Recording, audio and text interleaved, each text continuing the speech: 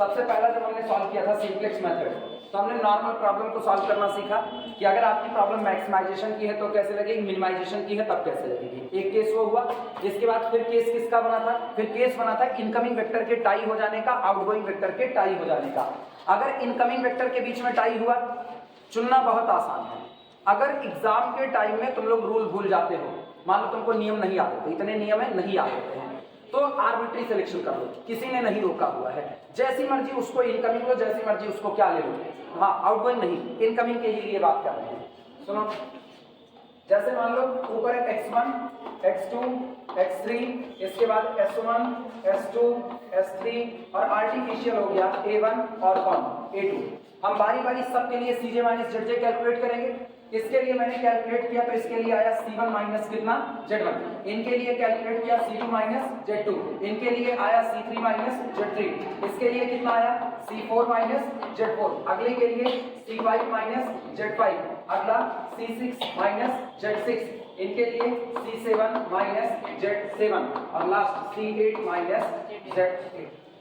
Artificial तो दोबारा basis में एंटर करने के लिए कंसीडर होगा नहीं, तो आर्टिफिशियल की तो चर्चा ही नहीं करनी है। और बाकी के लिए सुनो, जैसे अब इतना हिस्सा हटा दिए हैं, उतना हटा दिया, मान लो कोई वेरिएबल बेसिस में एंटर करना चाहता है तो क्या कंडीशन होगी। अगर केस किसका है, मैक्सिमाइजेशन का है, मैक्सिमाइजेशन का केस है तो इसमें से जो लार्जेस्ट पॉजिटिव रहा होगा उसको हम सेलेक्ट करेंगे और उसके ऊपर बैठा हुआ वेरिएबल बेसिस में एंटर कर रहा होगा। मान लो मेरे पास आता है c3 माइनस z3, इसकी वैल्यू कितनी आती है 8, और c2 माइनस z2 की वैल्यू कितनी आती है 8, और यही लार्जेस्ट पॉजिटिव है। तो हम ये चेक करेंगे टाई किसके बीच हुआ है, टाई हुआ है दो डिसीजन वेरिएबल के बीच में। अगर टाई दो डिसीजन वेरिएबल के बीच में हुआ है, आपकी जिसको मर्जी उसको आप इनकमिंग वेक्टर के तौर पर ले सकते हो बिना सोचे समझे, चाहे x2 को आप इनकमिंग वेक्टर ले लो, चाहे x3 को, कोई दिक्कत नहीं। लेकिन अगर ये जो टाई हुआ है ये इनके बीच में ना हो करके बल्कि इसके लिए 8 होता, तो अब टाई हुआ है किसके बीच में, डिसीजन के और स्लैग के बीच में। डिसीजन और स्लैग के बीच में टाई होगा तो हमेशा किसको चुनेंगे, डिसीजन को। मतलब मेरे को अगर पहली प्रेफरेंस में डिसीजन वेरिएबल दिख रहा है तो बिल्कुल मेरी पहली प्रेफरेंस डिसीजन वेरिएबल ही होगा। जिन लोगों के बीच में टाई हुआ है अगर उनमें एक भी डिसीजन वेरिएबल होगा तो किसी और की तरफ देखना नहीं है, हम चुनेंगे किसको, डिसीजन वेरिएबल को ही चुनेंगे। आई बातें समझ में, ठीक। इसके बाद अगर डिसीजन के बीच में टाई नहीं होता है, टाई हो जाता है किसके बीच में, दो स्लैग के बीच में या दो सरप्लस के बीच में, जिसको मर्जी उसको आप लो, आर्बिट्री सिलेक्शन, आपकी मर्जी आप S1 को ले लो, आपकी मर्जी आप S2 को ले लो। अगर स्लैग के और सरप्लस के बीच में टाई होता है, स्लैग के और सरप्लस, आर्बिट्री सिलेक्शन, आपकी मर्जी आप स्लैग वेरिएबल को इनकमिंग ले लो, आपकी मर्जी आप सरप्लस को ले लो। दो सरप्लस के बीच में टाई होता है, आर्बिट्री सिलेक्शन, कोई दिक्कत नहीं। यानी पूरा रूल एकदम क्लियर है। अगर डिसीजन मौजूद है टाई होने वाली जगह पर तो डिसीजन को सिलेक्ट किया जाएगा, और अगर डिसीजन मौजूद नहीं है तो सिलेक्शन कैसा होगा, आर्बिट्री होगा। क्लियर है। ये तो था इनकमिंग वेक्टर का टाई तोड़ ब्रेक करना, ठीक। अब आउटगोइंग वेक्टर में अगर टाई अप हो गया, आउटगोइंग वेक्टर में तो रूल याद है, तो जैसा रूल तुमको बताए हुए हैं लास्ट के वीडियो लेक्चर में, आप रूल के हिसाब से खेलो। मान लो एग्जाम टाइम में रूल भूल गए कि किसका कॉलम लेते थे, किससे किससे आप डिवाइड करते थे, और रेशियो आप लेफ्ट टू राइट देखते थे या राइट टू लेफ्ट देखते थे, कुछ नहीं याद आ रहा। मान लो एग्जाम टाइम में इतना प्रेशर रहता है, भूल गए, जिसको मर्जी उसको आउटगोइंग वेक्टर ले लो, जिसको मर्जी उसको। सिलेक्शन कैसा होगा, आर्बिट्री। ये नहीं देखना कि दो आपके स्लैग हैं या सरप्लस हैं या डिसीजन स्लैग है, कुछ नहीं देखना, जहां मर्जी उसको आप आउटगोइंग वेक्टर के तौर पर सिलेक्ट कर सकते हो। आई बातें समझ में, ठीक। हमेशा याद रखना, रूल अगर याद रहे तो बहुत अच्छी बात है, लेकिन अगर रूल नहीं याद रहता है तो घबराने की जरूरत नहीं है। जो तुम्हारा मन कहे उसको इनकमिंग लेना, जो मन कहे उसको क्या ले लेना, आउटगोइंग लेना। क्लियर है ये बातें। हम इतना जोर दे करके इसीलिए करें जिससे एग्जाम में हाथ ना कांपे कि हम रूल भूल गए। रूल्स वगैरह कुछ नहीं, यहाँ वैसे भी कोई परफेक्ट रूल है। तो टाई अप का केस हो गया। अब दो केस और बचे हैं जिनके न्यूमेरिकल मुझको कराने हैं। पहला केस अनबाउंडेड सॉल्यूशन का आना, कि आपका सॉल्यूशन ही क्या हो जाए, अनबाउंडेड हो जाए, और दूसरा होता है इनफीजिबल सॉल्यूशन आना। मेरे ख्याल से अभी दोनों नहीं हुआ, अनबाउंडेड भी और इनफीजिबल भी, दोनों अभी शायद नहीं करवाए हुए हैं। चलो इन दोनों को डील कर लेते हैं। हेडिंग डाल देना अनबाउंडेड। किसका टू फेज मेथड, जब वो बाकायदा बाय नेम कहेगा, वहां जब भी वो टू फेज मेथड देगा तो वो प्रॉब्लम किसकी देगा, मिनिमम की देगा। सर मैक्सिमाइजेशन है किसका? मैक्सिमाइजेशन के तो मैक्सिमाइजेशन भी इस्तेमाल करो, कोई दिक्कत नहीं है। टू फेज जैसे उसमें लगेगा ये नहीं पता काहे नहीं लगेगा? मिनिमाइजेशन में टू फेस कैसे लगता है? आप तुम ही लोग जवाब दो। मिनिमाइजेशन में टू फेस कैसे लगता है? आर्टिफिशियल का -1 कर देंगे और सारा 0 कर देंगे। ठीक, उसके बाद और नहीं, तुम दूसरा नियम बता रही हो, सबसे पहला नियम बताओ। वर्किंग रूल ओपन करो। भूल गए तुम लोग? पता है, भूल गए। हाँ, पहले मिनिमा की प्रॉब्लम को कहाँ बनाएंगे? मैक्सिमा। जब वो ऑलरेडी मैक्सिमा है तो आपको मिनिमा को मैक्सिमा कन्वर्ट करने की जरूरत नहीं है। टू फेज शुरू ही कब होता है? जब मिनिमा कन्वर्ट होता है किसमें? मैक्सिमा में। जब प्रॉब्लम ऑलरेडी आपको मैक्सिमा में दी गई है तो आपका पहला काम आसान हो गया कि नहीं? अब आगे का काम है प्रीवियस, जैसे हम करते आए हैं। कौन सा? इसमें आर्टिफिशियल नहीं है।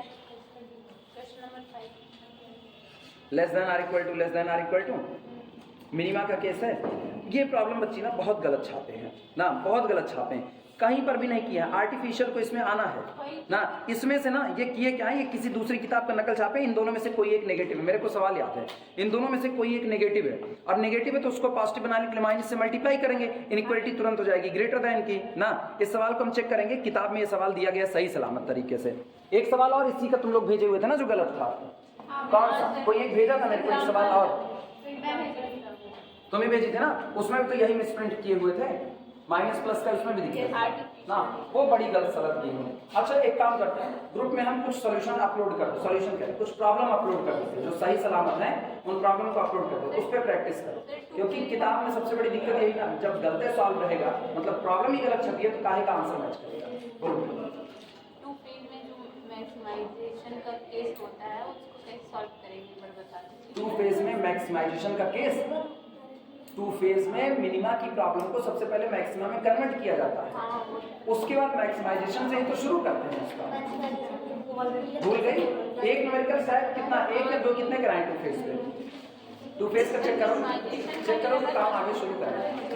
जो हम कराए हैं वो मिनिमा की प्रॉब्लम है। हाँ यार, हम और जनरल केस लेकर के चले जिसमें इनिशियल स्टेज में प्रॉब्लम किसकी है? मिनिमा की, और बाद में मैंने उसको कन्वर्ट किया है किसमें?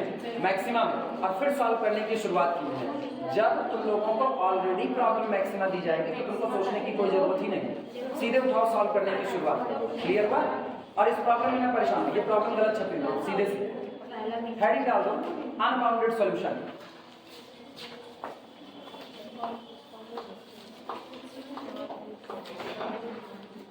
अनबाउंडेड सॉल्यूशन,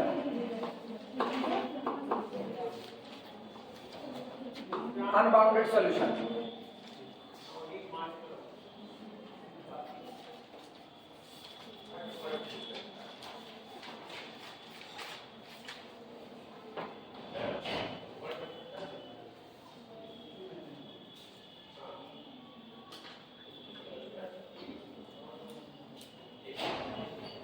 हेडिंग पर जब बताना शुरू कर लिखना, इफ सीजे माइनस जेड जे, जैसे लिखना है बिल्कुल उसी तरीके से लिखना। इफ सीजे माइनस जेड जे, ठीक, बी लार्जेस्ट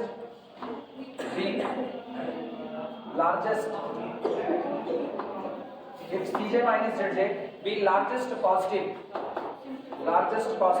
यहाँ लिखना मैक्सिमाइजेशन केस, मैक्सिमाइजेशन केस, और इसके ठीक नीचे और अथवा CJ minus ZJ be largest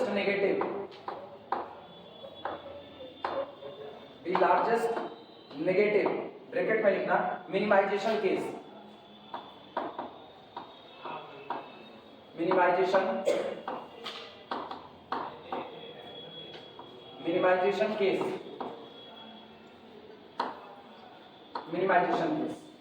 ठीक, corresponding to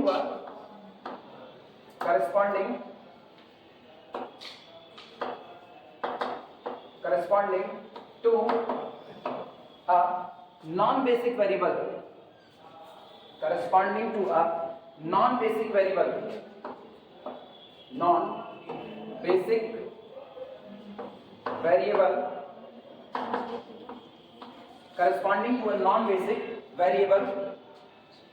column non basic variable column, ठीक, and all aij less than or equal to 0, then we can't decide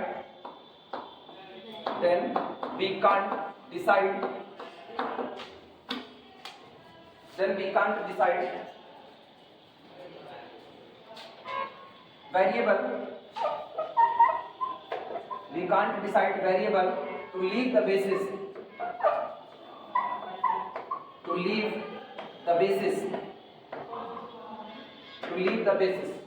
तुम लिखो, समझा रहे हैं।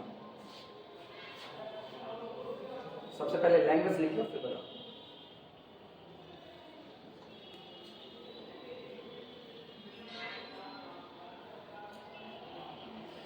और वीडियो लेक्चर अच्छे से फटाफट कंप्लीट कर लो। ये तुम मान करके चलो, हम तुमको हफ्ते की 4 क्लास देंगे, एक ये और 3 वीडियो लेक्चर, ठीक। तो 4 क्लास तुमको हफ्ते की मिलेगी, मतलब तुमको 4 दिन एलपीटी पढ़ना है। इसीलिए पढ़ाई चालू कर दो, हल्के फुल्के अंदाज में काम मत करो। लापरवाही में काम करोगे तुमसे पूछेंगे तुम्हारा क्या सीन है, तुम्हारा भी तो नहीं पूरा है, बताओ क्यों?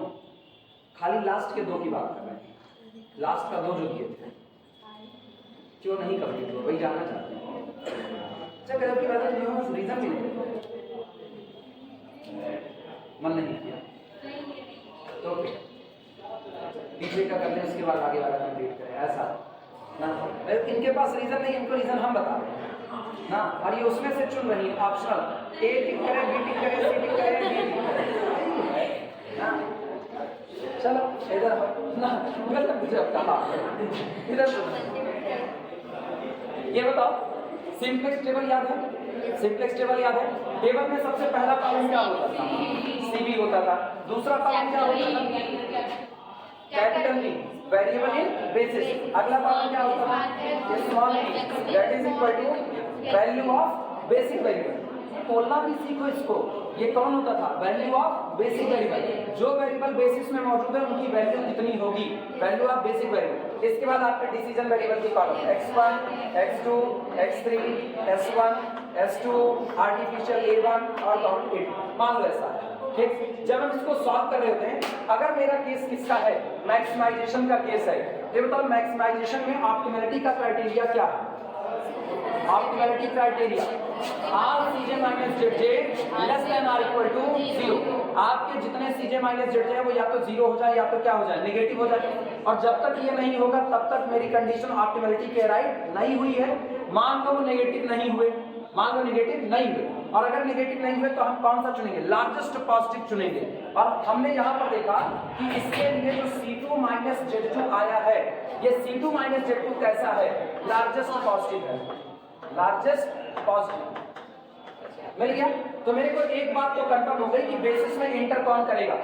x2 बेसिस में इंटर करेगा। लेकिन x2 बेसिस में इंटर तो तब करेगा ना जब कोई बेसिस को छोड़ करके जाएगा, और जब बेसिस को छोड़ करके जाने वालों की बारी आती है तो हम कैलकुलेट करते हैं मिनिमम एक्सचेंज रेशियो। ध्यान देना, तब यहाँ पर कॉर्नर में एक और कॉलम बनाया जाता है मिनिमम एक्सचेंज रेशियो, और ये होता है XB अपॉन जो इनकमिंग आ रहा है XB अपॉन कितना? X2। लेकिन हम यहाँ पर एक रोक लगाते हैं, हम कहते हैं ना तो आप नेगेटिव से डिवाइड करोगे और ना तो आप 0 से डिवाइड करोगे, दोनों पर रोक है। आप डिवाइड केवल किससे करोगे? पॉजिटिव से। अब सुनो हुआ क्या? हुआ ये कि आपको पता तो चल गया कि x2 बेसिस में इंटर करेगा, लेकिन जब आप x2 के कोफिशिएंट के पास गए तो इसके कोफिशिएंट जितने भी मौजूद थे वो या तो नेगेटिव हो गए और या तो 0 हो गए। कोई आपको कोफिशिएंट पॉजिटिव मिला ही नहीं। आप यहाँ डिवाइड किससे करते हैं? पॉजिटिव से, लेकिन आपको एक भी पॉजिटिव नहीं मिला। तो जब आपको एक भी पॉजिटिव नहीं मिला तो क्या यहाँ पर कोई भी मिनिमम एक्सचेंज रेशियो निकाल सकते हो? नहीं। और जब तुम कोई मिनिमम एक्सचेंज रेशियो ही नहीं निकाल पाओगे तो क्या तुम डिसाइड कर सकते हो कि बेसिस को छोड़ करके कौन जाएगा? और जब तुमको ये नहीं पता चला कि बेसिस छोड़ करके जाएगा कौन, तो वो जगह खाली होगी नहीं तो x2 बेसिस में बैठेगा कैसे? फंस गए कि नहीं फंस गए? इसका मतलब सीधा सा किस्सा है, लिखा गया है if Cj minus Zj be the largest positive और Cj minus Zj be the largest negative, जैसा भी अपना केस होगा। ऐसे मामलों में किसके लिए? corresponding to a non basic variable columns and are aij less than or equal to 0, और जितने कोफिशिएंट वहां पर मौजूद हैं वो या तो नेगेटिव हो गए या तो कैसे हो गए, 0 हो गए, देन वी कांट डिसाइड, तब हम ये निश्चित नहीं कर सकते हैं, हम ये फिक्स नहीं कर पाएंगे variable to leave the basis, कि कौन सा वेरिएबल होगा जो बेसिस को छोड़ करके जाएगा। और जब आप आउटगोइंग वेक्टर नहीं निकाल सकते हो तो इनगोइंग में आप इनकमिंग वेक्टर को निकाल करके भी कोई काम नहीं कर सकते हो। आई बातें समझ में? ठीक, लिखना इसी चीज को।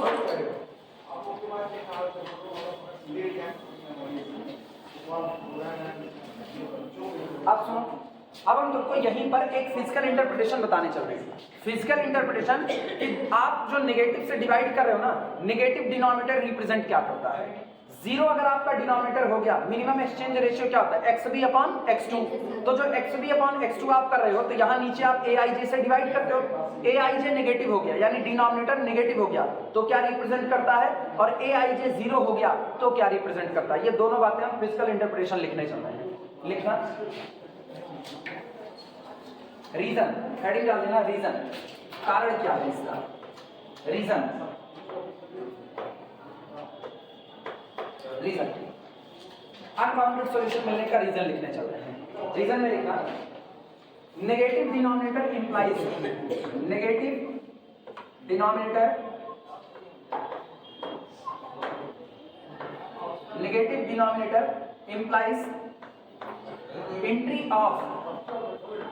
entry of a non-basic variable, entry of a non-basic variable, entry of a non-basic variable in the basis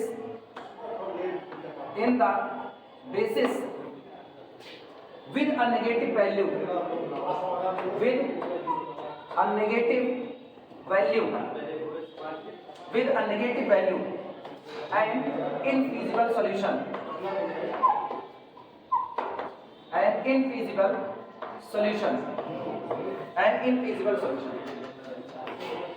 जो आपका नेगेटिव डिनोमिनेटर होता है, ये याद रखना, जिनके लिए भी डिनोमिनेटर नेगेटिव आ रहा है, जिनके लिए भी डिनोमिनेटर नेगेटिव आ रहा है, एक नेगेटिव डिनोमिनेटर आपको इस बात की गवाही देता है, इंप्लाइज करता है कि आप जिस नॉन बेसिक वेरिएबल को एंटर कराने जा रहे हो उसका सॉल्यूशन में आंसर कैसा आएगा, नेगेटिव। और मुझको पता है पूरी एलपीपी में नेगेटिव आंसर एक्सेप्टेबल नहीं होता, यानी आपका सॉल्यूशन कैसा हो जाएगा, इनफीजिबल, असंभव, इनफीजिबल, जो व्यावहारिक नहीं है। एलपीपी में कोई भी सॉल्यूशन कब व्यावहारिक होगा, जब या तो 0 रहे और या तो क्या रहे, पॉजिटिव। एलपीपी कौन, आम जिंदगी की प्रॉब्लम, आम जिंदगी की प्रॉब्लम व्यावहारिक कब है, हम सामान बना रहे हैं तो या तो हम सामान बनाएंगे और या तो हम सामान नहीं बनाएंगे। नेगेटिव में तो सामान नहीं बना सकते ना, आप अपने घर में खाना बना रहे हो तो या तो आप खाना बनाओगे या तो आप खाना नहीं बनाओगे। जहर मिला खाना कोई नहीं बनाता है, हाँ या ना। एकता कपूर का सीरियल छोड़, उधर कुछ भी हो सकता है, रसोड़े में कौन था ना। तो ये मान करके चलो आप नेगेटिव चीजें नहीं अडॉप्ट करते हो, या तो फैक्ट्री सामान बनाएगी या तो फैक्ट्री सामान नहीं बनाएगी, लेकिन नेगेटिव सामान नहीं बनाएगी। हम अपने घर पे ये नहीं कह सकते पापा हमको 10 लाख रुपया दो हम सब फूकने जा रहे हैं, ये नहीं कह सकते। या तो हम कहेंगे पापा या तो फायदा कमाएंगे या तो फायदा नहीं कमाएंगे, लेकिन घाटा उठा करके नहीं आएंगे। तो नेगेटिविटी अलाउ नहीं है। व्यावहारिकता ये कहती है कि या तो आप प्रॉफिट कमाओ और या तो आप ना कमाओ, लेकिन घाटे में आपको जाना नहीं है। आई बात समझ में? तो अगर आपका डिनोमिनेटर नेगेटिव हो गया तो ये बताता है कि आप जिस वेरिएबल को इंटर कराने जा रहे हो उसकी वैल्यू क्या हो जाएगी, नेगेटिव। और नेगेटिव वैल्यू होने की वजह से आपका सॉल्यूशन क्या हो जाएगा, इनफीजिबल हो जाएगा। क्लियर है? फिर अगला लिखना और फिर सुनना। अगर यहाँ पर ऐसा हुआ, अगर ऐसा हुआ कि आप जिससे डिवाइड कर रहे हो वो डिनोमिनेटर क्या हो गया, 0, तो डिनोमिनेटर 0 होने का मतलब है कि जिसको आप इंटर कराने जा रहे हो वो आपके गोल को इनफाइनाइटली बढ़ा देगा, बहुत तेजी के साथ वो आपके गोल की ग्रोथ करेगा। यानी प्रॉफिट कमाने में आपका प्रॉफिट भी, जैसे मैक्सिमाइज जेड की प्रॉब्लम है, मैक्सिमाइज जेड की प्रॉब्लम में आपने यहाँ डिनोमिनेटर क्या मिला, 0। तो इसका मतलब आप जिस वेरिएबल को इंटर कराने के लिए जा रहे हो वो आपके सॉल्यूशन को यानी मैक्सिमाइज जेड को कितना बढ़ा देगा, इनफाइनाइटली बढ़ा देगा। और इनफाइनाइट कोई फायदा नहीं होता। अंबानी का भी फायदा इस दुनिया में लिमिटेड है, हाँ या ना। अंबानी को ये थोड़ी कह सकते भैया पैसा लुटाते रहो खत्म नहीं होगा, 10 लोगों को 10-10 लाख रुपया बांट करके देखे तो नहीं खत्म होगा, लेकिन पूरे हिंदुस्तान को अंबानी 10-10 लाख रुपया बांट करके देखे ना, खुद रोड पर आ जाए तो जब बहुत सो हार जाए, हाँ या ना। तो इनफाइनेटली कोई भी आपका, अच्छा कोई भी सामान ऐसा हो सकता है जिसको आप बेचो और आपका प्रॉफिट घटने का नाम ही ना ले, केवल बढ़ता बढ़ता बढ़ता बढ़ता चला जाए। आज बेचे 10 रुपए का फायदा, कल बेचे 2 लाख का फायदा, परसों बेचे 15 लाख का फायदा, अगली बार बेचे 16 लाख का फायदा, मतलब बढ़ता ही जा रहा है। ऐसा कुछ पॉसिबल नहीं है। तो इसीलिए कहा जाता है जो आपका नेगेटिव डिनोमिनेटर होता है वो रिप्रेजेंट करता है इनफीजिबल सॉल्यूशन का आना, और अगर आपका डिनोमिनेटर 0 हो गया तो वो रिप्रेजेंट करता है कि आपका जो ऑब्जेक्टिव फंक्शन है, गोल है, उसकी वैल्यू बढ़ती ही चली जा रही है और इनफाइनाइटली बढ़ती चली जा रही है। तो इसका मतलब आपका सॉल्यूशन कैसा हो गया? अनबाउंडेड हो गया, जिसको आप बाउंड नहीं करते हो। और हमेशा व्यावहारिकता ये होती है कि आपका जो सॉल्यूशन मिले वो कैसा मिले, बाउंडेड सॉल्यूशन। आई बात है समझ में? लिखना इस चीज को, ये मिटा दे।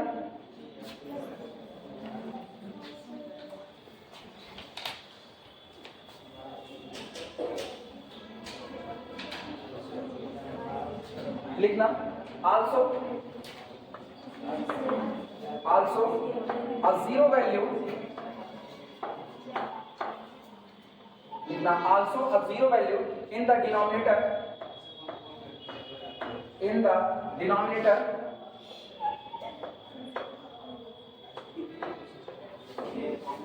also a zero value in the denominator indicate that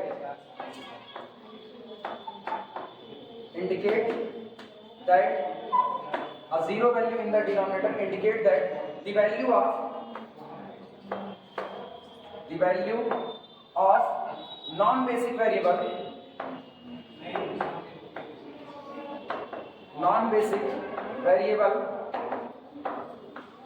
the value of non-basic variable could be increased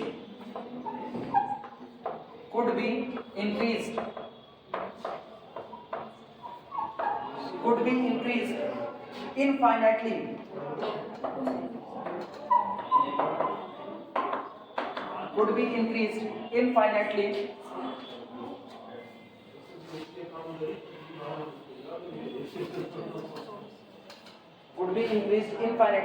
with any of the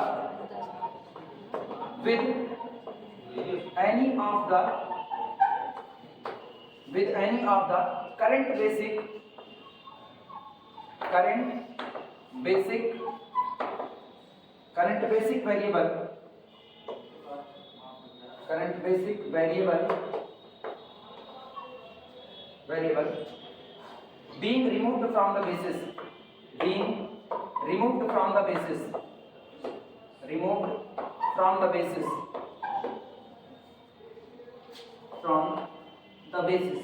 note करो।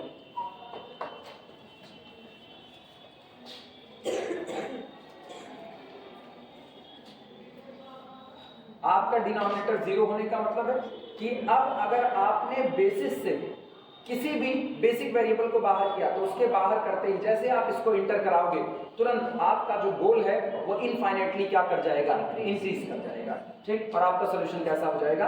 अनबाउंडेड सॉल्यूशन हो जाएगा। तुरंत इसके न्यूमेरिकल हो जाएगा, एक न्यूमेरिकल इसके आधार पर। लेकिन आप लोग काम पूरा करना बड़ी तकलीफ होती है। मेरे पास ये खाता कह सकते हो तुम लोग, अरे इतनी कोई बड़ी बात नहीं है, तो लेक्चरर नहीं कंप्लीट किए इनका, लेकिन ओटे पड़े हैं लगातार। अब हम क्या करें, मेरी आदत है उठने की। हम इतनी मेहनत से कोई काम कर रहे हैं और उस मेहनत के एवज में हम खाली तुमसे एक चीज़ की डिमांड करें, थोड़ा टाइम तुम भी खर्चा करो, तुम्हारे पास टाइम नहीं है। तुम मोदी जी से भी ज़्यादा ना, वो भी कहते हैं हम रतिया में नहीं सोते हैं, तुम भी कहते हो हम रतिया में नहीं सो रहे हैं। हो गया, वो तो मिटाए दे, सवाल करें, हो गया।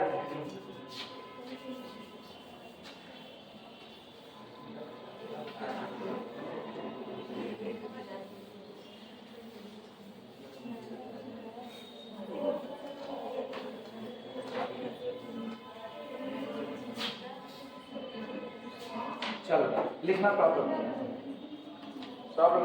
Solve the following LPP problem.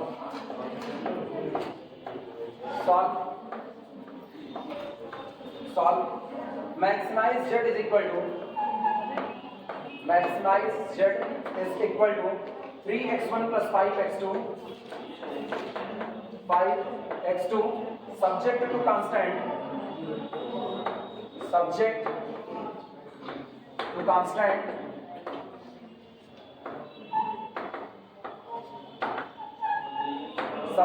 constant पहला कांस्टेंट है x1 minus 2x2 less than or equal to 6। अगला कांस्टेंट है x1 less than or equal to 10। अगला कांस्टेंट है x2 greater than or equal to 1। और लास्ट में नॉन नेगेटिविटी है and x1 x2 greater than or equal to 0।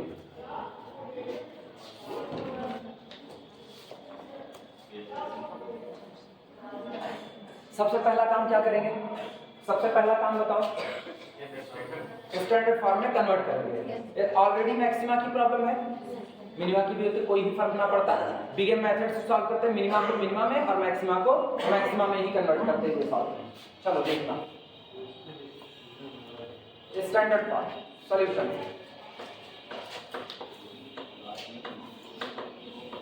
Standard form में convert करते हैं। मैक्सिमाइज z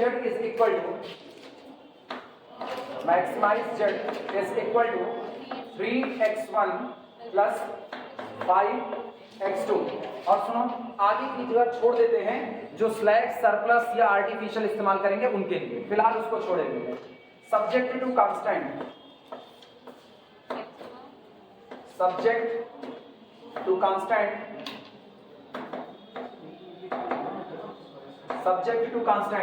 चलो शुरुआत करो। सबसे पहला कांस्टेंट उठाओ x1 minus 2x2 इनइक्वालिटी। अच्छा एक चीज ये चेक कर लो, क्या सारे पॉजिटिव हैं? मतलब अपने को माइनस माइनस से मल्टीप्लाई करना नहीं है। और ये कांस्टेंट कैसा? लेस देन और इक्वल टू क्या इस्तेमाल करेंगे? स्लैग। मेरे को कौन बताएगा स्लैग क्या रिप्रेजेंट करता है? स्लैग वेरिएबल क्या रिप्रेजेंट करते हैं? सुनो, अब हम तुमसे एक सवाल पूछ रहे हैं। मेरा मेरा चौक रख दिया क्या? अब मेरे को ये बताओ, ऐसा क्यों होता है, ऐसा क्या है रीजन कि आप आर्टिफिशियल वेरिएबल जब बेसिस को छोड़ करके जाता है तो उसका कॉलम डिलीट कर देते हैं, जबकि स्लैग बेसिस को छोड़ के जाता है या सरप्लस जाता है तो आप उसका कॉलम डिलीट नहीं करते? रीजन बताओ। आर्टिफिशियल बेसिस को छोड़ करके जाता है तो हम उसका कॉलम डिलीट कर देते हैं। अब जिससे कहेंगे वो बताएगा, रुक जाओ, जिससे कहेंगे वो बताएगा। आर्टिफिशियल बेसिस को छोड़ करके जाता है, हम आर्टिफिशियल का कॉलम उसी वक्त डिलीट कर देते हैं और कोई आर्टिफिशियल वेरिएबल रिकंसीडर नहीं किया जाता है बेसिस में एंटर करने के लिए। लेकिन स्लैग या सरप्लस के साथ ये किस्सा नहीं होता है। ऐसा क्यों? शुरुआत बोलो, ऐसा क्यों? शुरू करो। हम पढ़ाई में इसीलिए हम पूछ रहे हैं, हर चीज का फिजिकल इंटरप्रिटेशन बताएं और उसी से इसका आंसर निकल करके आता है। बैठो, जवाब नहीं है, बस इससे ज्यादा टाइम नहीं खर्चा करेंगे। हाँ कौन? मतलब आर्टिफिशियल होता है, जैसे तेल बनता है। बैठो, गलत हो गया तुरंत, जैसे बाई प्रोडक्ट बोल दिया ना तुरंत गलत हो गया। बैठो तुम, हाँ घबराओ मत, नहीं आ रहा इसीलिए तो हम खड़े हैं बताने के लिए।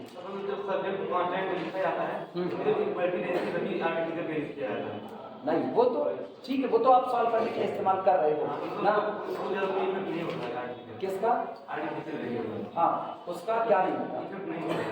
स्लैग और सरप्लस का भी कोफिशिएंट हम 0 ही चढ़ा रहे हैं, असर तो उस बेचारे का भी नहीं है।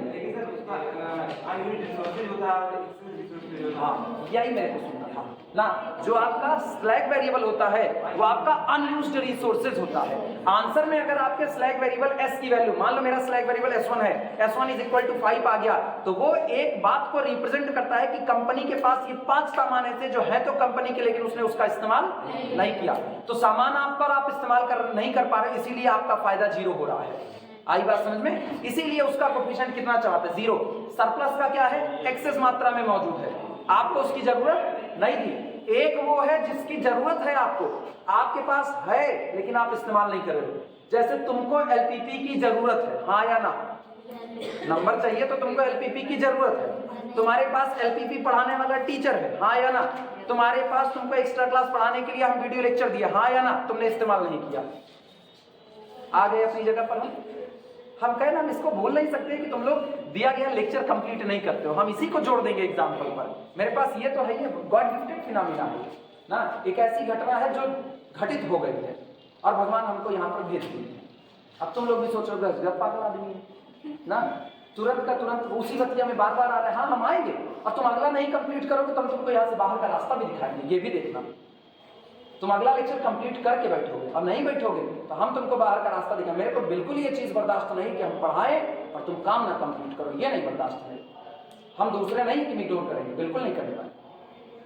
तो तुम्हारे पास एलपीपी का लेक्चर है, तुमने उसका यूज नहीं किया, वो अनयूज्ड रिसोर्सेज हो गया, तुम उससे कोई फायदा कमा नहीं पा रहे हो। और सरप्लस क्या है, आपके पास एक्सेस मात्रा में, आपको उसकी जरूरत नहीं थी। तुम ये कहो सर जी आपकी हमको जरूरतें नहीं है, तो हम सरप्लस बन जाएंगे। तुम खुद से एलपीपी पढ़ लो, मेरी जरूरत ही तुमको ना हो, तुमको इस कॉलेज की जरूरत ना, डिग्री अपने घर पे छाप लो, सरप्लस हो गया। आपको उसकी जरूरत नहीं, आप उसका इस्तेमाल नहीं कर रहे हो, फिर भी वो आपके पास पड़ा हुआ है। कंपनी सामान बनाते बेमतलब का, जैसे कई जगह पर विरोध प्रदर्शन होता है तो विरोध प्रदर्शन में वो क्या करते हैं, प्रोडक्टिविटी बढ़ा देते हैं।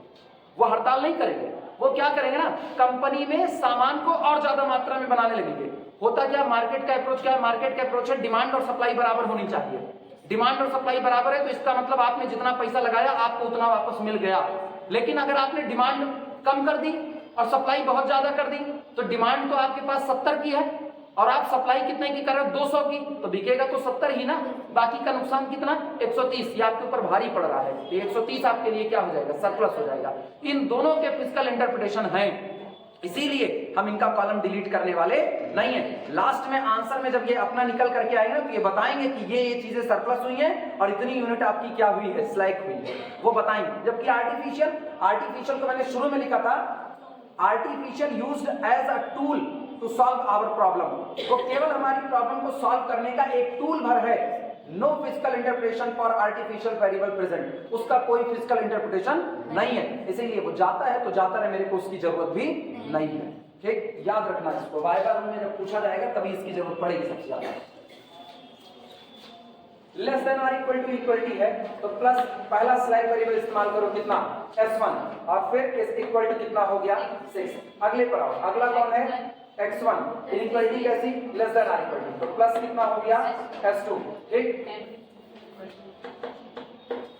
और इस इक्वल टू कितना हो गया, 10। अगले पर आओ, अगला कौन है, ग्रेटर देन और इक्वल टू, तो x2 और माइनस कितना, s3, और प्लस कितना, a1, और ये आपका बराबर हो गया कितना। क्लियर हुआ? जिनको दिक्कत लग रही है ये ऐसे ऐसे क्यों लिखे हैं, फिल इन द ब्लैंक्स हर दो। तो प्लस 0 इंटू x2 आया ना, प्लस 0 इंटू s1। क्लियर हुआ? और इनके लिए क्या करें, चाहे तो यहाँ पर आर्टिफिशियल तो इस्तेमाल हो नहीं रहा, बस ऐसे ही एज इट इज छोड़ दो। इसका क्या होगा, 0x1 प्लस x2 और प्लस कितना, 0s2 s3। वैसे ना बड़ा गंदा गंदा लगता है, इसीलिए वैसे याद रखो, कोफिशिएंट भी तो लिखने हैं, अपने लिख लेंगे ना, मिटा देते, बड़ा गंदा लगता है। तुम लोग लिख दियो तो लिख लो ना, तुम लोगों को टेंशन नहीं है कोई भी, तुम लोग लिख लो, हम तो ऐसे लिखेंगे।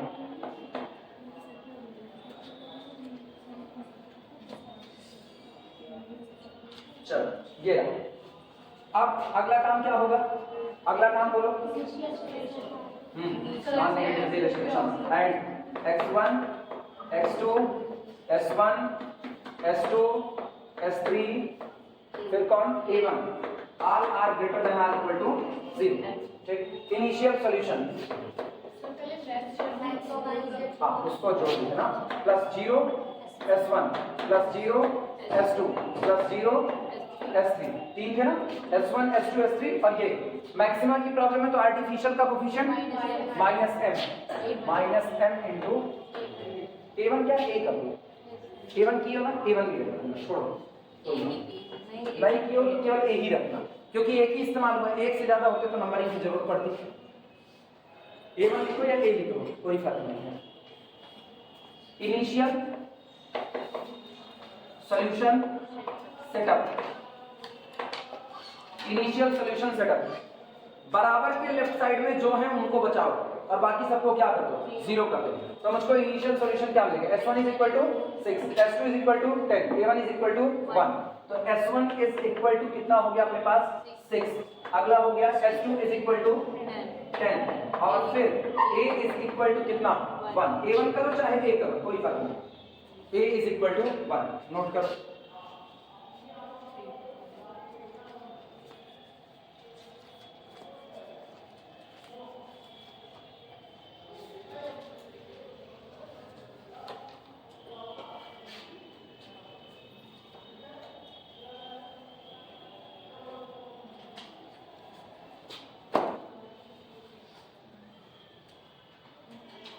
स्टूडेंट सामने बैठा हुआ जब नहीं पढ़ता ना तो एक टीचर बेईमानी सीख जाता है। जब सामने बैठे स्टूडेंट पढ़ाई नहीं करते तो टीचर बेईमानी सीख जाता है। उसको पता है उससे क्रॉस क्वेश्चन होगा नहीं, क्रॉस क्वेश्चन होगा नहीं तो ठीक है यार, हल्के हल्के अंदाज में पढ़ा दो, वर्किंग रूल लिखाओ ना, कुछ 2 सवाल इधर 2 सवाल उधर लिखा दो, चैप्टर खत्म हो गया, कह दो हो गया, सीख गए बेईमानी। अब ये बेईमानी क्या करेगी, ये बेईमानी किसी और का फ्यूचर बर्बाद करेगी, क्योंकि पढ़ाएगा तो वो है ही। हर टीचर चाहे जितना रद्दी पढ़ाए उसके पास 2-3 स्टूडेंट पढ़ने के लिए चले आते हैं, फिर वो बर्बाद करेगा, उनको बर्बाद करेगा। अब वो चूंकि देख रहे हैं कि मेरा टीचर मुझको ऐसे पढ़ाता था, तो वो भी जब पढ़ाना शुरू करेंगे और उनके अंदर वो बेईमानी घर कर रही है तो वो भी उसी बेईमानी से पढ़ाएंगे और ये बीमारी फिर फैलती चली जाएगी। समाज सुधरने वाला नहीं, हम समाज सुधारक नहीं है, लेकिन हाँ इतना तो है कि ये बात तुम हर बार कहेंगे कि भाई एक काम से ईमानदारी करो जो तुम्हारे पास पड़ा है, उससे भी ईमानदारी नहीं दिखा सकते हो, फिर मान के चलो किसी से ईमानदारी नहीं दिखा सकते हो, क्योंकि तुमको अपनी डिग्री से ईमानदारी दिखानी है। दुनिया में सब छूट जाएगा, ये डिग्री तुम्हारा नाम तुम्हारा ही रहेगा, नहीं बदलने वाला है। तो मेरे को कह के दिखाए कि सर हम बड़े होंगे तो अपनी डिग्री अपने बड़े भैया को वसीयत लिख देंगे, कह सकते हो? तुम अपनी प्रॉपर्टी वसीयत में लिख सकते हो, अपना सब कुछ बड़े भैया को दे सकते हो, लेकिन खुद वो डिग्री तुम्हारी रहेगी, वो किसी को गिफ्ट नहीं कर सकते। और दे भी दिए ना तो उस डिग्री का कोई वजूद उसके लिए नहीं होगा, उस डिग्री का वजूद तुम्हारे ही लिए है। हाँ सेमिनार को कौन सी क्लास है ये? 3rd year. 3rd ईयर किसका है सेमिनार? मैं बताया कि नीरज सर ने कहा कि क्लास को बोल दीजिएगा बच्चों को कि सेमिनार है, उस सेमिनार को अटेंड करने के लिए। कितने बजे से है? 11:30 बजे से। 11:30 तब तक छूट जाएंगे, 11:40 छूट जाएंगे, 10 मिनट बाद पहुंचेंगे। नीचे निकलना पता है, पता लग जाएगा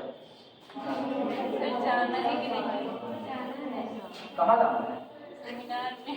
किसका है सेमिनार? हमको जाना है, हमको नहीं जाना, तुमको जाना है। चलो सुनो, टेबल बनाओ ना, और इस बात को याद रखो ये डिग्री तुम्हारी है, किसी और की नहीं है। जितने मन से ले सकते हो उतने मन से ले लो, नहीं मन से ले सकते हो तो समझाना मेरे हाथ में है, मानना न मानना तुम्हारे हाथ में, तुम जानो अपना काम। सीबी का मतलब कोफिशिएंट ऑफ बेसिक वेरिएबल, पहला। फिर अगला कॉलम है capital B, variable in basis. अगला है small B, that is equal to XB, ये आपका कौन है, वैल्यू ऑफ बेसिक वेरिएबल। अब x1 x2, यहाँ अपने पास है x1, इसके बाद कौन है x2, फिर कौन होगा s1, अगला कौन s2, फिर अगला कौन s3, s1 s2 s3 और a। ठीक, यहाँ ऊपर क्या लिखा जाता है CJ, यानी coefficient of variable present in the objective function, जो आपके गोल में प्रेजेंट है उनका कोफिशिएंट। बोलो कोफिशिएंट क्या क्या है, x1 का 3 है, उसका 5 है, फिर 0, फिर 0, अगला 0, फिर -m। Coefficient of basic variable, कौन कौन वेरिएबल बेसिस में आए, s1 s2 a, तो यहाँ लिखा s1, फिर s2 और फिर कैपिटल A। इनके कोफिशिएंट कितने कितने हैं, s1 का 0, इसका कितना 0, और इसका वो वैल्यू है बच्ची 6 -m। ठीक, वैल्यू बोलना, s1 की वैल्यू 6, s2 की वैल्यू 10 और a की वैल्यू 1। और कोफिशिएंट लिखते हैं, जो कांस्टेंट है इनमें 1 1 0, तो ये हो गया 1 1 और कितना 0, x2 का -2 0 0 1, इसके बाद 1, बाकी में 0 0 0 0 और सॉरी 1, और फिर कितना 0। S3 का कितना होगा? 0 0 माइनस 0 0 माइनस 1 और इसके बाद लास्ट 0 0 1 0 0 1। चेक देखो, अब नोट कर लो, पूरी टेबल बनाओ।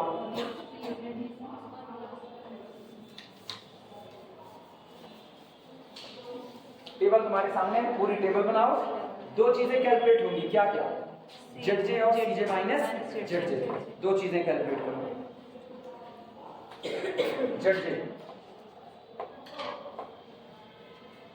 ZJ का कैलकुलेशन, इसको छोड़ना नहीं है, इसे छोड़ना नहीं है। अच्छा, ZJ इसके नीचे लिखा जाता है यहाँ पर ZJ।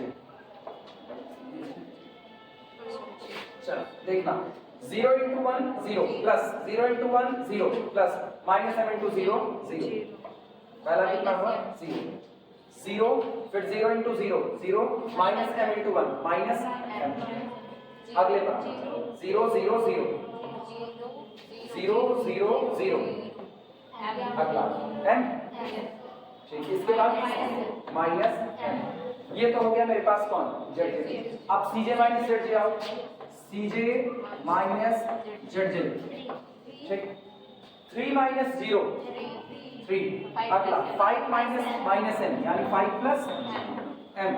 अगले पर आना, 0 माइनस 0 0 0 माइनस 0 0 और 0 माइनस m माइनस m, फिर अगला माइनस माइनस m। पूरा कैलकुलेट करो, पहले नोट कर लो तब आगे बढ़ो।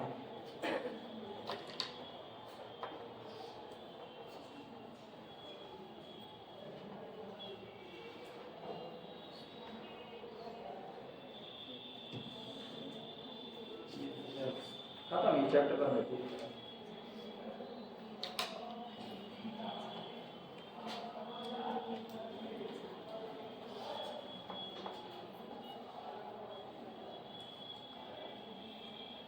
टेबल पूरी कंप्लीट कर लो तो फिर आगे करना है, और जिनको आता है वो काम आगे बढ़ा सकते हैं। लार्जेस्ट पॉजिटिव को चुनना है, क्यों? क्योंकि ये पॉजिटिव है, ये पॉजिटिव है, ये जीरो, ये जीरो, ये नेगेटिव, ये जीरो, इधर से आपका कोई काम नहीं होना, लेकिन ये आपका लार्जेस्ट पॉजिटिव। क्यों? क्योंकि m कौन है? रुको, जिससे पूछेंगे, रुको, जिससे पूछेंगे वो बताएगा ना। m मेरे को जानना है, बोल रही m क्या है? हाँ, m कौन? बैठ कर बताओ, बैठ करके बताओ m क्या है ना। कोई नहीं, लार्जेस्ट पॉजिटिव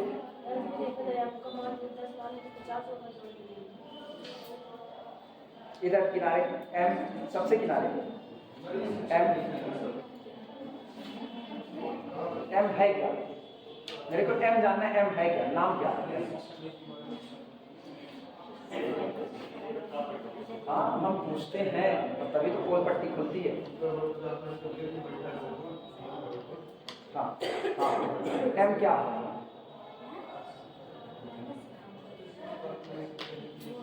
सोच लो, कंडीशन कितनी बुरी चल रही है। 3 लोग और जवाब नहीं है, और जबकि जवाब इसी क्लास में उठा, मेरे पूछते ही जवाब उठा। काम तेज नहीं है, वरना सुन के बोल चुके ना। बीच में m, ये बीच में, हाँ कौन? Largest positive. अच्छा, अब हम सवाल ही बदल रहे हैं, अब सवाल बदल रहे हैं ना। बिगेन मेथड का दूसरा नाम क्या है?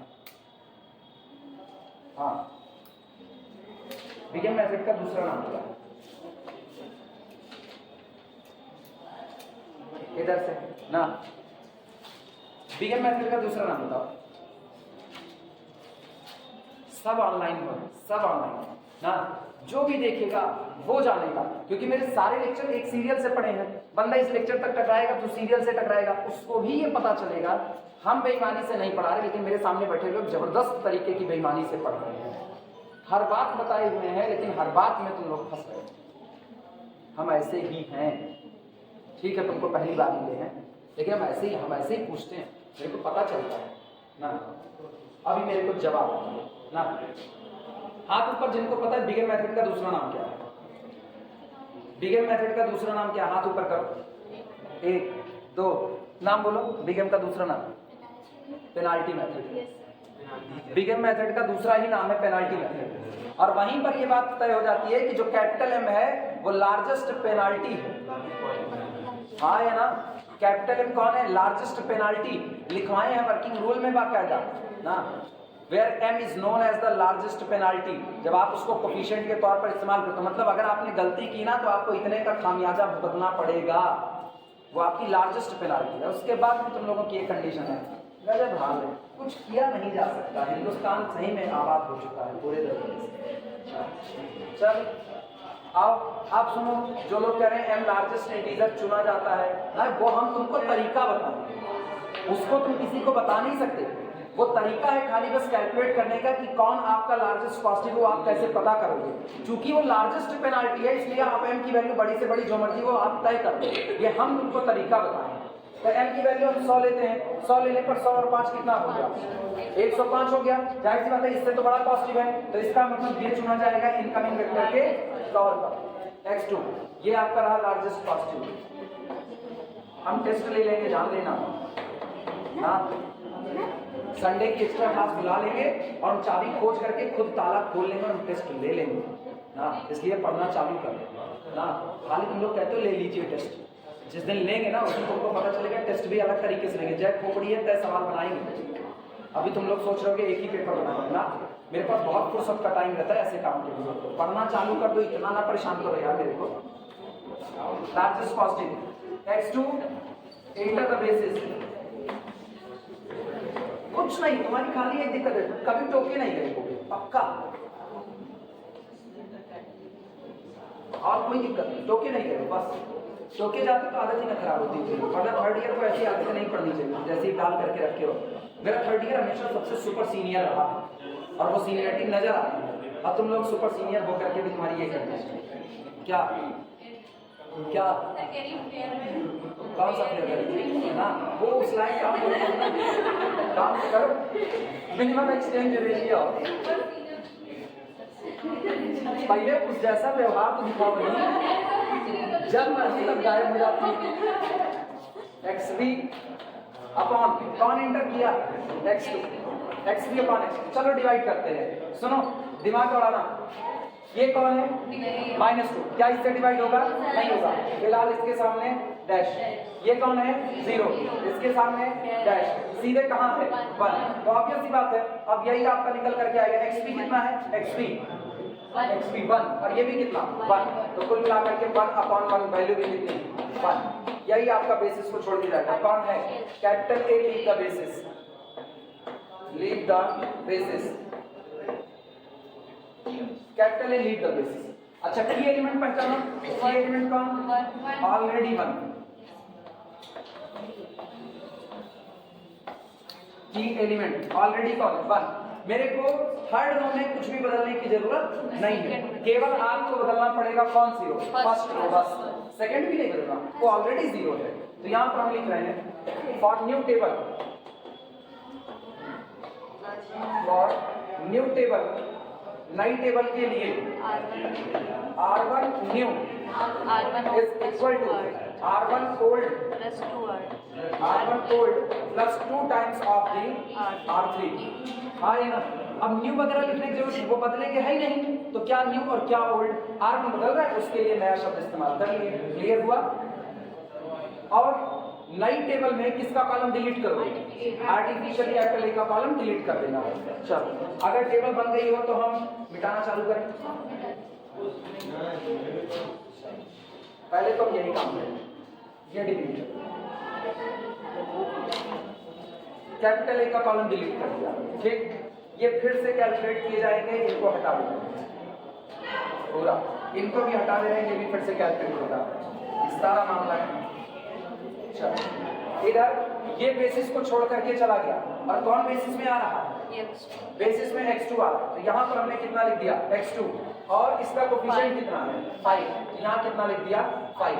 अब सुनो, 2 से मल्टीप्लाई करो, ऊपर वाले में से ऐड कर दो, 2 1 के 2 6 2 8, तो ये आपका कितना हो गया? 8। इसके बाद 0 वो 1 ही रहेगा, 2 1 के 2, अब ये कितना? 0 हो जाएगा, ये 1 ही रहेगा, ये 2 1 के 2 -2 ऐड करो तो -2, कोई दिक्कत किसी को? अब नोट करो नई टेबल, नई टेबल बनाओ और वापस इसको फिर से कैलकुलेट करेंगे। अब जेड कैलकुलेट करते हैं। 0 0 0 जेड आपका कितना 0, 0 0 5, अगला 0, अगला 0, अगला -5, चलो 3 - 0 3, 5 - 5 0, अगला 0 - 0 0, अगला 0, अगला +5। तकलीफ चालू, क्या ये लार्जेस्ट पॉजिटिव है कि नहीं है? हम इसको चुन लेंगे इनकमिंग वेक्टर के तौर पर, लेकिन तकलीफ क्या है? तकलीफ है इसके कोफिशिएंट नेगेटिव फर्स्ट। अब हम आउटगोइंग वेक्टर कौन होगा वो डिसाइड नहीं कर सकते, और इसका मतलब मेरा सॉल्यूशन क्या हो चुका है? अनबाउंडेड। अब पहले पूरी टेबल बना लो, तब हम लैंग्वेज बोलेंगे। और बाकी लोग जो बना रहे हैं, जो लगातार आ रहे हैं उनकी दिक्कत नहीं है, दिक्कत उन्हीं लोगों की है जो लगातार नहीं थे। मेरी स्पीड बहुत फास्ट है, लेकिन अगर तुम रेगुलर रहो तब। अब आधे ज़्यादा लोग रेगुलर नहीं रहते, तब फिर पता चल रहा है उनको बड़े इत्मीनान से हर बात समझानी और तुमसे बतियाना है। जिससे आज आए हो कल भी आओ, बाहर जाओगे तुमको कौन सा क्या तो नहीं जाएंगे।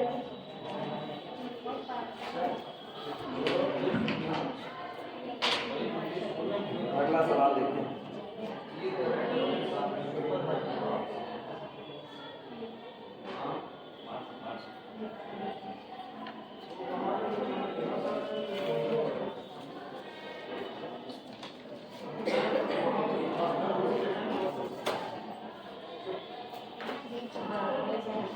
लिख चुके? चलो लैंग्वेज लिखो। Here for S3, here for S3, अगर पूरी टेबल बन गई हो तो लिखना here for S3 Cj - Zj is largest positive. Here for S3 Cj - Zj is largest positive. ठीक, सो S3 enter the basis, so S3 enter the basis, इसलिए S3 basis में एंटर करेगा। बट ऑल द कोफिशिएंट, ज्यादा तेज बोले क्या? But all the coefficient in this column, but all the coefficient in this column are either negative or 0, but all the coefficient in this column are either negative or 0। सारे coefficient या तो negative और या तो क्या है? 0 है। सो छूटा क्या? नहीं छूटा हमारा, नहीं। सो we can't decide outgoing vector, so we can't decide outgoing vector, so we can't decide outgoing vector, इसलिए हम outgoing vector को डिसाइड नहीं कर सकते। ठीक, एक कांस्टेंट देखो जो आपको दिया गया था शुरुआत में ही, तो हम भी देखें। न्यूमेरिकल में एक कांस्टेंट लिखा गया होगा, कहाँ गया?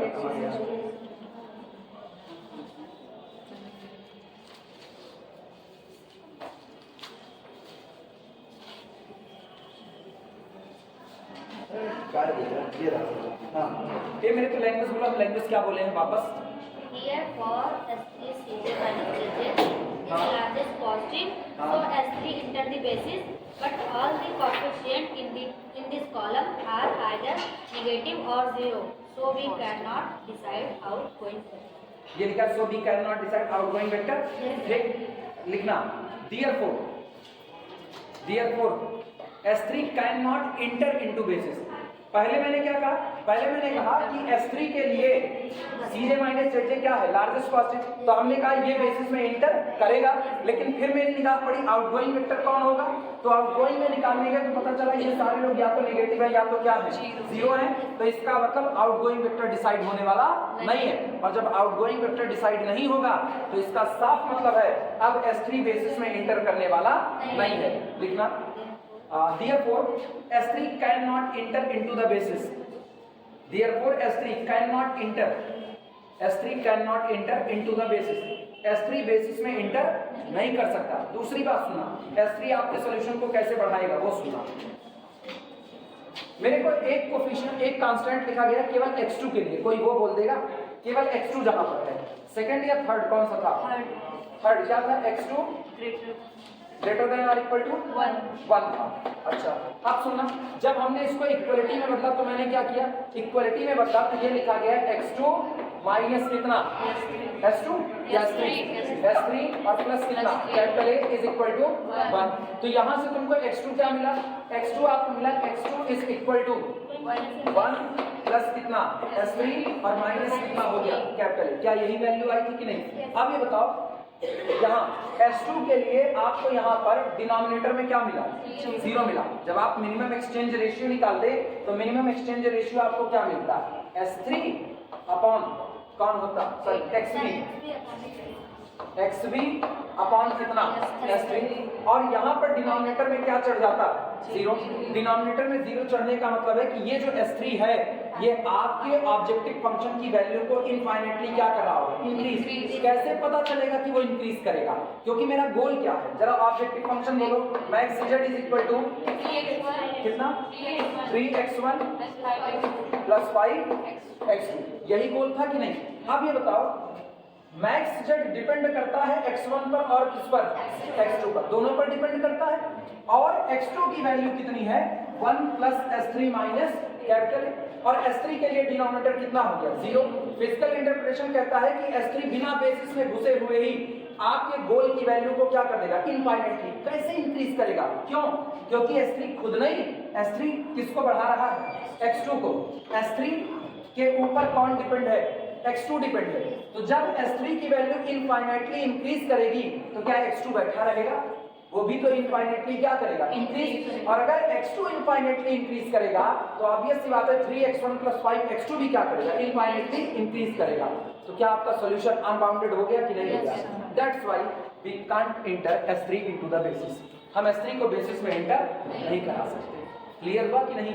ठीक, चाहे तो ये सारी बातें लिख सकते हो और अगर समझ है तो ठीक है, एज इट इज छोड़ देंगे। अनबाउंडेड सॉल्यूशन लिख करके बोल दें, ये लिखोगे, बोले अनबाउंडेड सॉल्यूशन लिखो। So solution is unbounded. So solution is unbounded.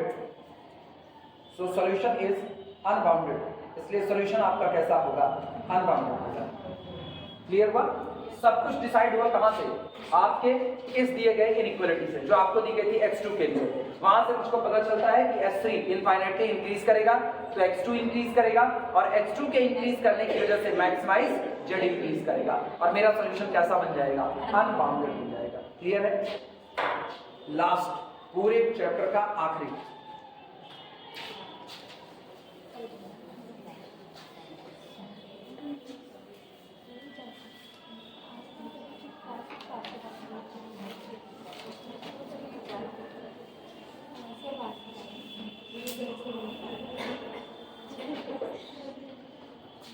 Heading डाल दो, इनफीजिबल सॉल्यूशन। इनफीजिबल सॉल्यूशन। इनफीजिबल सॉल्यूशन।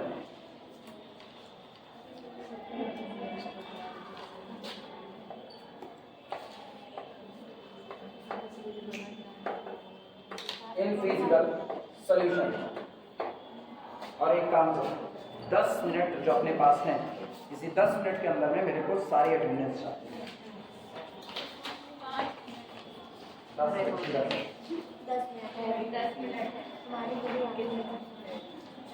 और जो लोग ग्रुप में प्रेजेंट नहीं हैं, जो लोग ग्रुप में प्रेजेंट नहीं है वो आगे ए बी लिख दें और जो लोग प्रेजेंट है वो पी लिख दें।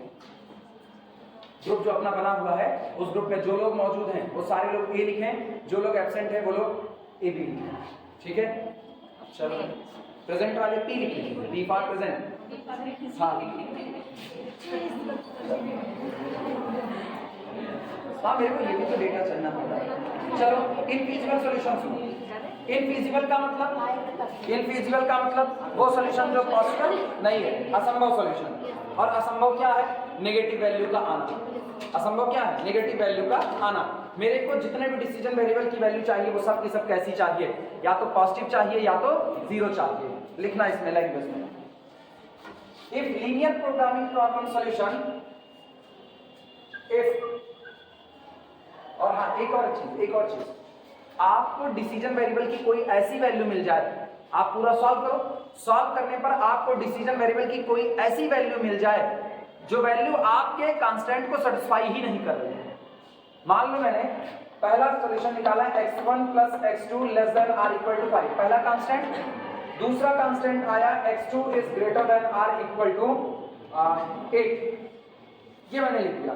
x1 और x2 का जोड़ less than or equal to कितना है 5, और x2 greater than or equal to कितना चाहिए 8 चाहिए। मैंने इसको पूरा सॉल्व किया, जब सॉल्व किया तो मुझको ये मिलता है कि x1 की वैल्यू तो आ गई 3 और x2 की वैल्यू कितनी आ गई तो 2। दिक्कत सुन क्या है, पहले में कोई दिक्कत नहीं, पहले में कोई दिक्कत नहीं, x1 कितना 3, x2 कितना 2, 3 2 5 बराबर तो हुआ ना। लेकिन दूसरा वाला जबरदस्त तरीके से कितना आया है 2, वो क्या कह रहे हैं कि ग्रेटर देन कितना होना चाहिए 8, तो इसका मतलब पहले को सेटिस्फाई किया दूसरे को सेटिस्फाई नहीं किया। पॉजिटिव हो करके भी ये मेरा सॉल्यूशन नहीं बन सकता है, तो पॉजिटिव मेरे को चाहिए क्या था, या तो पॉजिटिव हो या तो जीरो हो, तो वो पॉजिटिव रह गया, लेकिन पॉजिटिव रहने के बाद भी वो मेरा सॉल्यूशन नहीं बन पाया क्योंकि उसने मेरे कांस्टेंट को सेटिस्फाई नहीं किया। ऐसा सॉल्यूशन मिलता है तो उसको क्या बोलते हैं, इनफीजिबल सॉल्यूशन बोलते हैं। क्लियर है? अटेंडेंस शीट आगे बढ़ाते रहना, वो बड़ा जरूरी काम है, वो हम भूल ही गए पता नहीं कैसे। If linear programming problem solution, linear programming problem solution, if linear programming problem solution does not satisfy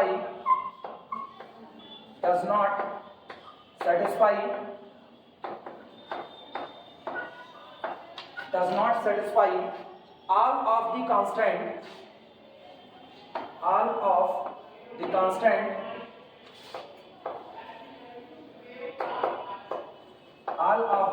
constants, check, then such a solution is called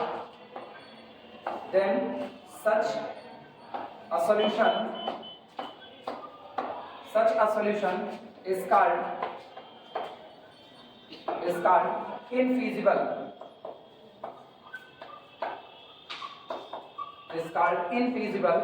solution। तब ऐसा सॉल्यूशन क्या कहलाता है, इनफीजिबल सॉल्यूशन कहलाता है। ठीक, आल्सो इसके साथ लिखना, also infeasible solution occurs,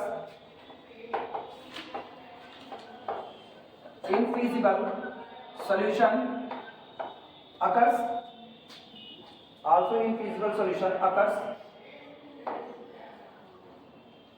when all Cj minus Zj, when all Cj minus Zj values satisfy optimal solution, satisfy optimal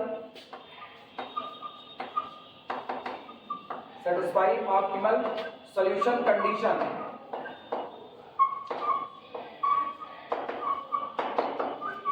optimal solution condition, but at least one of artificial variable, but at least कम से कम कोई एक, but at least मेरे ख्याल से इनफीजिबल का एक सवाल झटके में आ गया था बीच में कहीं पर, जहां आर्टिफिशियल वेरिएबल बेसिस में मौजूद था और अपनी पॉजिटिव वैल्यू के साथ था। एक सवाल हुआ है ऐसा, मेरे को याद है कई लोग हमसे पूछे थे कि अब इसके बाद लिखें क्या, या शायद होमवर्क दिए थे। जिसमें 4 नहीं 4 कोई एक था मेरे को याद है, हमसे 3-4 लोग उसको पूछ चुके हैं सर इसके बाद की लाइन क्या लिखें। सबसे पहले ग्रुप में शायद तुम्हें भेजी हुई थी ना, कितना आया था, A1 की लास्ट वैल्यू कितनी आई थी 5/4 आई थी ना। यहाँ पर आपका आर्टिफिशियल प्रेजेंट हुआ था और किस वैल्यू के साथ, पॉजिटिव वैल्यू के साथ प्रेजेंट हुआ था। लिखना optimum solution condition, but at least one of artificial variable, one of, छोड़ो नहीं हुआ है ना अभी हो जाएगा, one of artificial variable, time हुआ है उससे क्या होता है,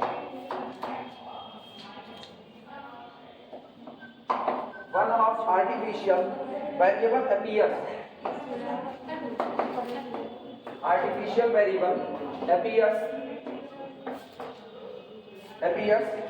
in the basis with a positive value, in the basis with positive value, करें आपका सॉल्यूशन इनफीजिबल होगा अगर दो बातें हों। पहली बात, या तो आपका सॉल्यूशन ऐसा निकले जो किसी ना किसी कांस्टेंट को सेटिस्फाई ना करे, तब आपका इनफीजिबल हो जाएगा। दूसरा, आर्टिफिशियल बेसिस में मौजूद हो जाए और लास्ट में जब आप ऑप्टिमलिटी कंडीशन पहुंच जाओ तब की बात बता रहे हैं, वो बेसिस में मौजूद हो और वैल्यू कितनी रखे, पॉजिटिव वैल्यू रखे, तब भी आपका सॉल्यूशन कैसा होगा, इनफीजिबल। कंडीशन क्यों बनती है इनफीजिबिलिटी की? इनफीजिबिलिटी की कंडीशन बनती है कि अगर आपने प्रॉब्लम को गलत तरीके से बनाया है तो। ये कंडीशन तभी अपीयर होती है जब आपने प्रॉब्लम को किस तरीके से बनाया, गलत तरीके से, या आपका डेटा ही ऊट पटांग दिया गया था। ठीक, डेटा भी गड़बड़ होगा तब भी आप गलत तरीके से ही न्यूमेरिकल बनाओगे, इसीलिए ये कंडीशन है। इसका न्यूमेरिकल हम दे रहे हैं और लगाओगे तुम। आई बात समझ में? प्रॉब्लम सॉल्व प्रॉब्लम है, solve maximise z is equal to 6x1 plus 4x2 subject to constant STC, x1 plus x2 less than or equal to 5, x2 greater than or equal to 8 और लास्ट में and x1 x2 all are greater than or equal to 0।